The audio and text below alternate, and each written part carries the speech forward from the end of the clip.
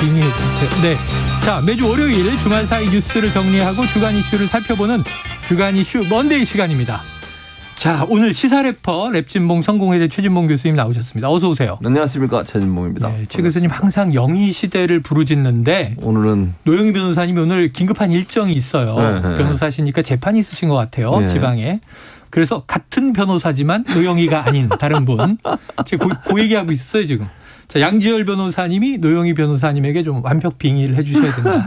가능하죠? 저는 최 교수님 랩 감상하러 왔어요. 아, 네. 네, 직관하러. 방청객? 네, 방청객. 아, 이거 시사본부 최초의 방청객인데요. 네. 너무 비싼 방청객 아닙니까? 먼데이 특별 게스트 양지열 변호사 이렇게 두 분과 함께 하겠습니다. 본격적으로 시작해 보죠. 예. 지금 윤석열 정부 다음 주에 이제 시작됩니다. 일기 내각 인사들이 줄줄이 검증대에 이제 오르고 있는데요. 정치권이 긴박할 것 같아요. 오늘은 일단 한덕수 국무총리 후보자의 청문회. 조금 전에 최영도 국민의힘 의원과 인터뷰했는데 별 문제가 없다는 입장이에요. 책임 총리급으로. 국민의힘 의원이시니까 그렇게 말씀하실 수밖에 자, 없죠. 그럼 일단 최 교수님. 예. 이 한덕수 후보자에 대해서 집중하고 계신 좀 관심 있게 보고 계신 의혹이 있습니까? 뭐 있죠. 그러니까 오늘 아까 제가 아침에 오전에. 사실 나오면서 양재열 변호사가 방송에 출연해서 했던 얘기를 들었어요. 네. 양 변호사가 더 자세히 설명하겠지만 다른 방송에 다른 방송에서 또 오늘 똑같이 하면 안 돼요. 다르게 해주세요. 지워졌어요, 머릿속에. 예, 오케이. 최 교수님이 잘 정리해 주실 거예요. 리셋을 했어? 론스타 관련해서 본인이 냈던 서면 서면서라고 얘기를 하던데 네. 그 부분에 대해서 아직 검증이 끝나지 않았어요. 물론 이제 민주당 의원의 주장이니까 이게 이제 사실관계로 확인이 돼야 되겠지만 그런 네. 서면서를 냈다고 하면 총리 후보자로서의 자격이 없죠. 저는 개인적으로 그렇게 생각해요. 그게 사실한 전제에 말씀을 드리면. 양 변호사가 나중에 설명을 하시겠지만 어쨌든 우리 국민을 우습게 보는 그런 태도가 엿보이는 내용이어서 네. 그런 내용이 사실이라면 어떻게 총리 후보자로서 자격이 있겠습니까? 그래서 저는 론스타 문제에 대해서 서면서를 냈다. 예, 그렇게 이제 주장을 하는 민주당 의원이 주장을 한 것으로 알려지고 있는데 그 내용의 사실관계를 확인해야 되겠죠, 물론. 그래서 이제 그 부분도 논란이 되고 또 하나는 지금 현재 정관이호 관련해서 김현장 갔다가 또 공직에 왔다가 김현장 갔다 공직 왔다 이러면서 이제 많은 고문료를 받았잖아요. 네. 이게 이해충돌이 과연 안 되는 것인가. 그리고 본인의 부인 관련해서도 사실은 이제 특혜를 그러니까 남편 찬스라고 보통 얘기하는데 네. 그런 특혜를 받은 것들이 있는 것으로 지금 알려지고 있고 의혹이 나오는 상황이에요. 그리고 이제 지금 현재 자료 제출 때문에 오전에도 계속 실랑이가 있었잖아요. 부인 관련된 거는 거의 개인정보 미동의를 해가지고 살펴볼 수가 없어요. 지금 의혹이 나오고 있는 부분을 하나하나 따져봐야 되는데 따지려면 무슨 자료를 받아야 되잖아요. 그런 자료에 대해서 전혀 동의를 안 해주고 있으면 과연 검증이 제대로 되겠느냐 하는 문제라고 저는 생각을 하고 떳떳하면 자료 동의하면 되는 거잖아요. 개인정보. 그런 부분이 안 되고 있고 또 본인이 외교통상 업무에 근무를 하시면서 외교 그 회사들이 월세로 이제 들어와서 하시고 본인의 집을 임대수 6억 얼마에 이제 임대료를 받았잖아요. 그 부분도 사실 이해충돌의 소지가 있는 부분이 있고. 그러니까 우리가 기존에 처음 한덕수 총리 후보자가 지명이 됐을 때만 해도 이렇게까지 문제가 있을까 하는 생각을 했었지만 까면 깔수록 여러 가지 의혹들이 나오고 있으니 네. 이 의혹들을 다 해소하기 전에 그래서 지금 여론도 보면 상당히 안 좋아지고 있어요. 한덕수 총리 후보자에 대해서.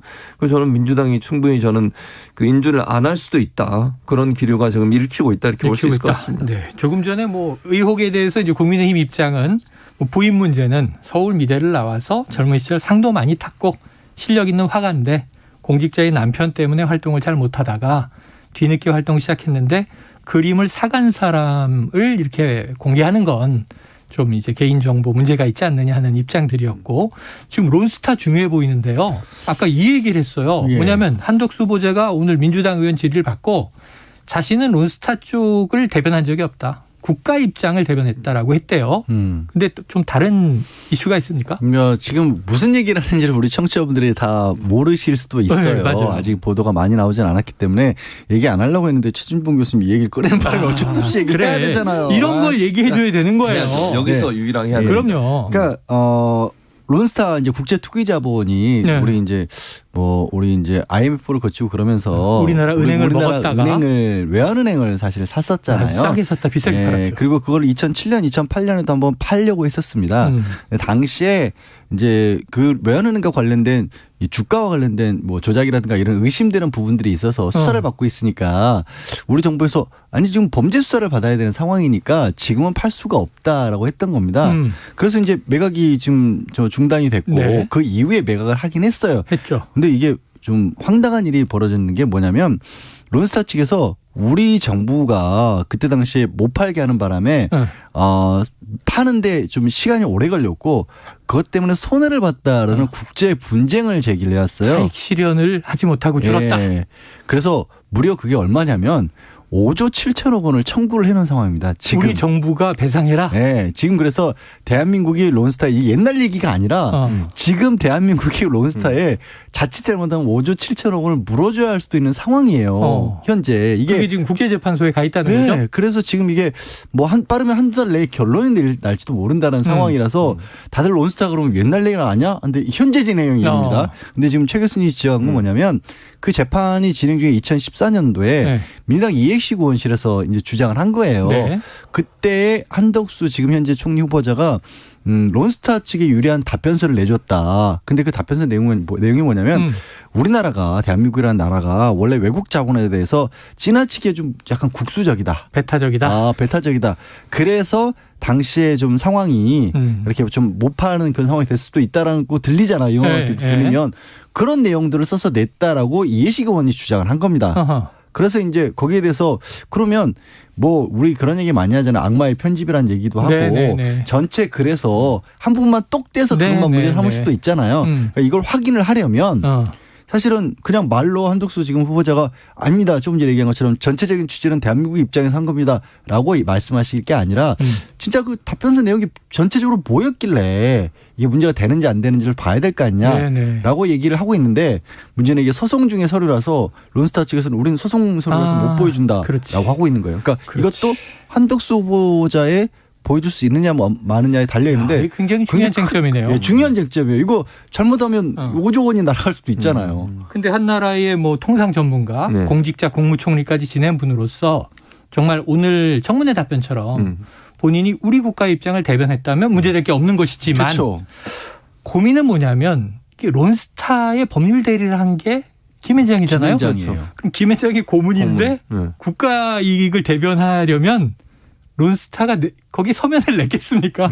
궁금함이 또 있네요. 그것도 되게 희한하기도 하고 네. 일단 또 이 문제는 그때 당시 매각을 추진했을 때 좌절됐을 때 2007년 2008년들이 또 그때 총리로 지냈었을 때거든요. 그러면 그때는 무슨 일이 있었던 것일까? 아무 관계가 없었던 것이니까 이것도 있고요. 또 이게 론스타 얘기가 자꾸 나오는데 추경호 기재부 장관 후보자 같은 경우도 당시에 론스타가 외환은행을 매수했어요. 살 때 그것도 그 당시에는 그 관련 규정상 일반적으로는 원래 이제 외국 자본이 우리 은행을 못 사도록 돼 있었는데 그걸 또 예외를 줄 수 있도록 했던 인물이 추경호 후보자 아니냐라는 얘기가 나와 있어서 지금 현재 지명된 후보들 중에 총리하고 또 기재부 장관이라는 굉장히 중요한 두 분이 론스타라고 하는 우리 정말 사실 우리 경제의 악몽 같은 존재였잖아요. 그렇죠. 거기에 다시 지금 이름이 계속 나오고 있는 겁니다. 그러면서 이 두 분이 또 이 새 정부의 경제 기조를 이끌어갈 분들이란 말이죠.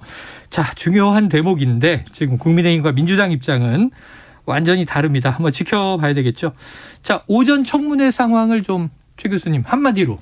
한 방이 없었다고들 하던데 어떻게 보셨어요? 그러니까 일단 그 자료 제출이 제대로 안 되니까 거기에 대해서 뭐 질의하는데 상당히 어려움이 있을 거예요. 왜냐하면 확인을 해봐야 되잖아요. 의혹은 있는데 의혹만 가지고 얘기할 수는 없는 거잖아요. 자료를 받아서 그 자료 비교해봐서 이게 분명히 잘못됐다라고 공격을 해야 되는데 자료 제출이 제대로 안 되는 상황이라면 사실은 의혹만 가지고 계속 얘기를 부풀릴 수밖에 없다 보니 공격이 제대로 안 될 수밖에 없다. 그래서 아마 오후에라도 제출해달라고 요청을 한 것 같아요.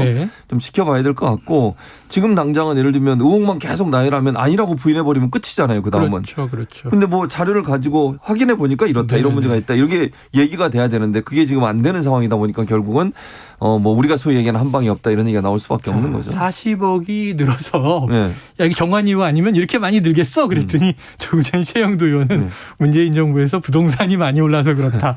이렇게 얘기를 하시더라고요.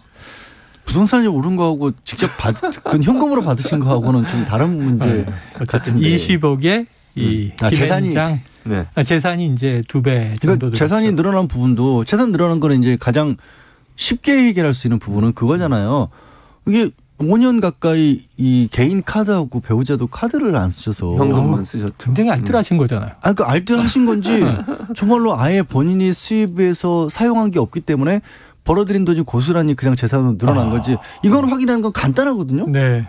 근데 오전에도 그게 안 나왔어요. 그러니까 그래서 이제 겉돌 수밖에 없는 거죠. 그래서 궁금한 건 그런 대목이긴 해요. 뭐 건강보험료나 국민연금 그렇죠. 납부 내역 정도는 낼 수 있을 것 근데 안 같기도 되잖아요. 한데. 그것도. 예. 과세 증명 같은 거 다 내야 될 그러니까 텐데. 이게 민주당에서는 그러니까 국민의힘에서는 굉장히 많은 자료를 요구했다고 하는데 이제 요구했던 자료들 중에 많은 거 걸러내더라도 네. 조금 전에 말씀드렸던 카드 사용 이런 건 그냥 전화 ARS 한 통이면 끝나거든요. 그렇죠. 그럼 나머지 다른 것들도 본인이 안 가지고 있어도 그거 내주세요라고 동의만 해주면 되는 것들이거든요. 그런 것들이 안 나오니까 얘기를 하는 거고 계속 이제 국민의힘에서는 여전히 너무 많이 요구한다. 말이 그냥 서로 그거는 막 겉도는 아니죠. 거예요. 그러니까 숫자가 많다는 걸 문제 삼을 게 아니라 필요한, 그러니까 기본적으로 본인이 동의만 해주면 언제든지 금방 받을 수 있는 거예요. 뭐 공단이든 어디서 받을 수 있는 거잖아요. 동의를 안 해줘서 못 받는 거거든요. 배우자가 동의를 해주지 않는다든가. 네, 그게 미동의. 이유고. 그렇죠. 이런 그리고 것 때문에 아니 밀린. 고문으로 일했다는데 그 김현장에서 보내온 거 2장짜리 A4 2장짜리 보셨죠? 회의 4번 했다고. 간담회 4번. 네. 간담회 4번 했는데 그렇게 많은 돈을 받을 수 있어요. 만약 그게 그게 전부라고 하면 그럼 더 디테일하게 뭐 제공을 하든지 뭐 그런 부분에서 제대로 소명을 안 하고 그래요. 2장짜리 냈는데 4번 회의했는데 간담회 알겠습니다. 4번 했는데 20억을 받았다 이러면 그런데 이해하기 어렵죠. 오늘 이 시간에 한덕수 후보자에게만 집중하기에는 오늘만 많죠. 지금 6명의 인사청문회가 열리고 있어서 지금 카드 얘기하셨으니까 좋아요. 한덕수 후보자의 카드 내역은 내일까지 이제 이틀이니까 지켜보기로 하는데 오늘 지금 원희룡 국토부 장관 후보자의 법인카드 의혹 계속 나와요. 최 교수님 좀 의아한 부분 있습니까? 의아한 부분이 많죠. 그러니까 많아요? 사실은 이 고급 식당이라고 알려지고 있어요. 네네. 근데 뭐 점심값이 7만여 원, 네네네. 저녁값이 10여만 원, 10만 원, 15만 원 정도 되는 네. 그런 곳에 식사를 했는데 14명, 뭐 12명 이렇게 식사를 했다는 걸로 나왔다는 거죠. 네. 근데 그게 과연 그러면 이제 소위 김영란법 관련해서 문제가 될 수 있거든요. 그러니까 3만 원 이상은 음식을 먹으면 안 돼요. 그렇죠. 개인적으로 공직자가 만약 계산을 하면. 그래서 그런 부분들이 명쾌하게 소명이 안 되고 있어요. 네. 왜 그렇게 많은 사람이 갖고 그때 또 당시에는 사회적 거리두기가 유지되고 있는 상황이었는데 뭐 테이블을 쪼개기 해서 앉을 수는 있겠지만 네. 그 식당이 앉을 수 있는 사람의 수가 제한돼 있대요. 8명인가요? 4명입니다. 4명인가? 한 테이블에. 4인실인데. 근데 어떻게 14명, 15명이 그렇게 네. 받을 수가 없다는 거예요. 손님을 네네. 같은 시간대에. 그것도 논란이 되고. 또 하나는 이제 본인, 그러니까 도지사 법인카드뿐만 아니라 총무처 법인카드가 써졌다는 거 아닙니까? 총무과인가? 근데 그 총무과는 또 왜 거기 가서 또 그러면 회의를 했는지 그것도 의문이잖아요. 사실은. 그 고급 식당에 가서 그렇게 뭐 할 수도 있겠지만 그런 경우가 일반 시청이나 도청에서는 가능하지 않는 일이라고 저는 보이거든요. 근데 그런 부분들을 거기서 같이 또 사용된 같은 날 사용된 기록들이 있다. 그럼 이건 법인카드를 일부러 좀 쪼개기 해서 썼고 인원을 좀 할당하기 위해서 3만 원 넘지 않는 범위에서 사용한 것처럼 하기 위해서 쪼개기를 한 게 아니냐 이런 의혹이 나오고 있는 거죠. 근데 사기업도 아니고 네. 어쨌든 세금으로 운영되는 지방자치단체 법인카드로 굳이 그 점심이 7만 5천 원 되는 데를 가셨다.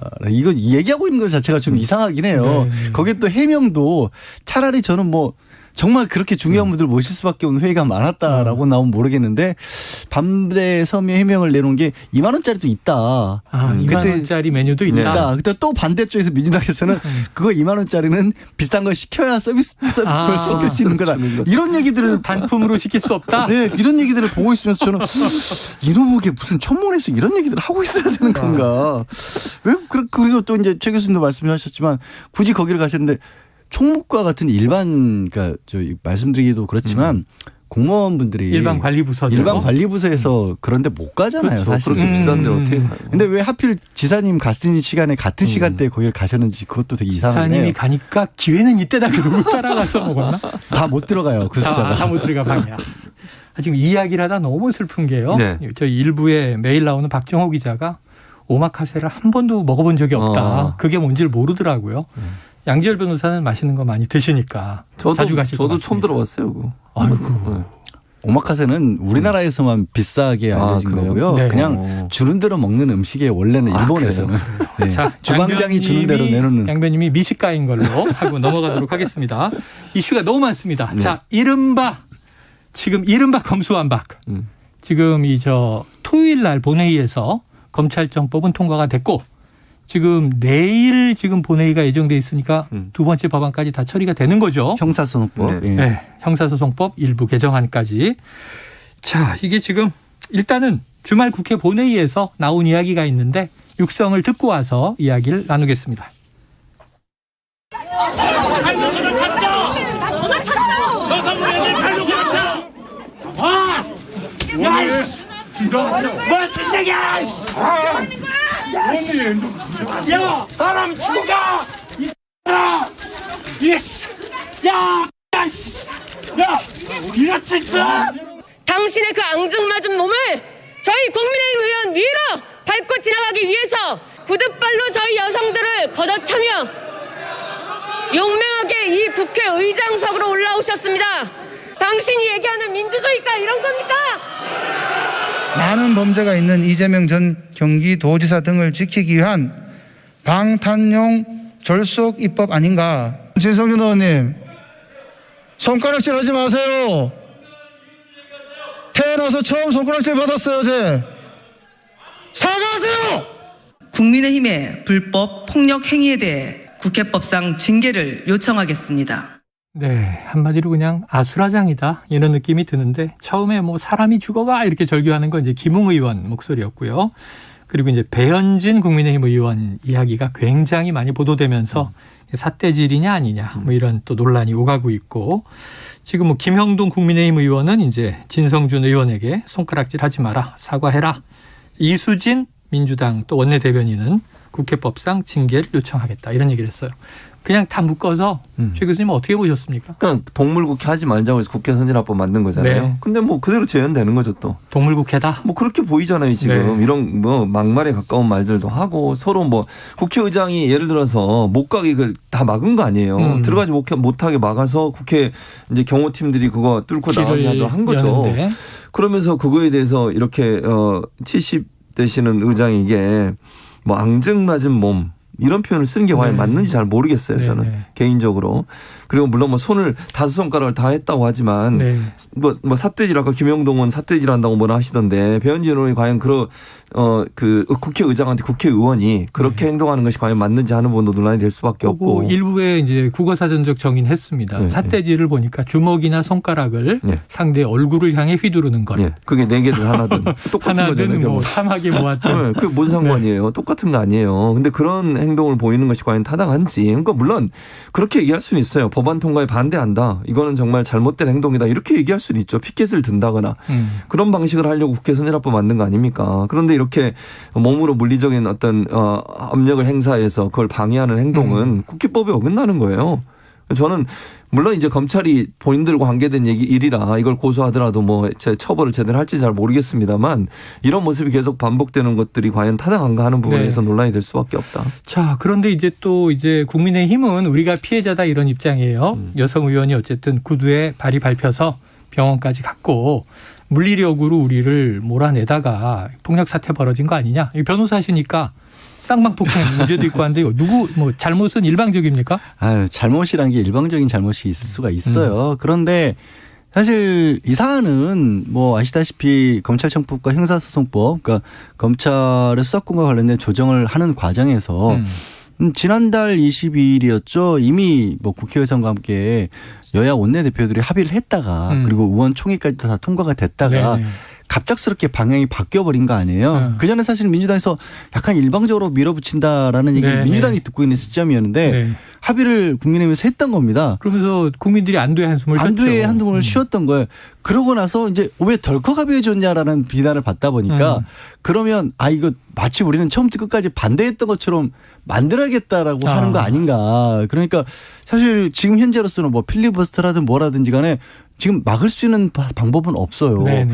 막을 수 없는 방법이 없다는 걸 뻔히 알면서 그리고 과거에 합의도 했던 사항에 대해서 마치 처음부터 반대했던 것처럼 하려다 보니까 무리해서 이렇게 모습들을 연출해 내시는 것 같아서 저는 좀 씁쓸해요. 이 씁쓸하다. 모습이 정말로. 그리고 이 내용 자체가 예를 들어서 진짜 뭔가 정말 몸을 던져서라도 막아야 될 만큼의 그런 것들이면 안 맞잖아요. 합의를 해준 거랑도 안 맞고 합의를 했건 안 했건 간에 과연 그럴 만한 사안인가를 놓고 보면 왜냐하면 이제 뭐 현재 권성동 원내대표나 이런 분들도 검찰 수사권 조정에 대해서 원칙적으로 찬성하셨던 분이고 법안까지 대표 발의하셨던 분이고 그래서 뭐 자세한 부분에 있어서 서로 의견이 다를 수는 있지만 큰 흐름에 있어서는 애초에 동의하고 있었던 사항을 이제 정치적 반대 입장을 굉장히 강력하게 표출하기 위해서 이렇게 싸우시는 건데 이런 방법밖에 없을까? 그리고 기왕이면 좀 진짜 의미가 있는 것 같고 이랬으면 좋겠다라는 생각이 저는 개인적으로 들어요. 자, 강한 저항의 모습이 좀 연출되다 보니